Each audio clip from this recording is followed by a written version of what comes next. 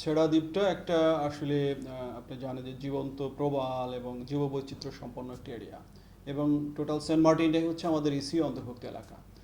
তো বিশেষ করে ছেড়া দ্বীপে যাওয়ার জন্য নিষেধাজ্ঞা এটা আগেই ছিল, এখন কার্যকর করা হচ্ছে। আমাদের কোস্টগার্ডকে স্পেশালি এটা দায়িত্ব আইনি ক্ষমতা বলেই দেওয়া হয়েছে যে তারা যেহেতু ওখানে আছে, তা ওখানে যেন কোনো পর্যটক বা কোনো ব্যক্তি সেখানে না যেতে পারে সেই জন্য কঠোর নির্দেশনা দেওয়া হয়েছে।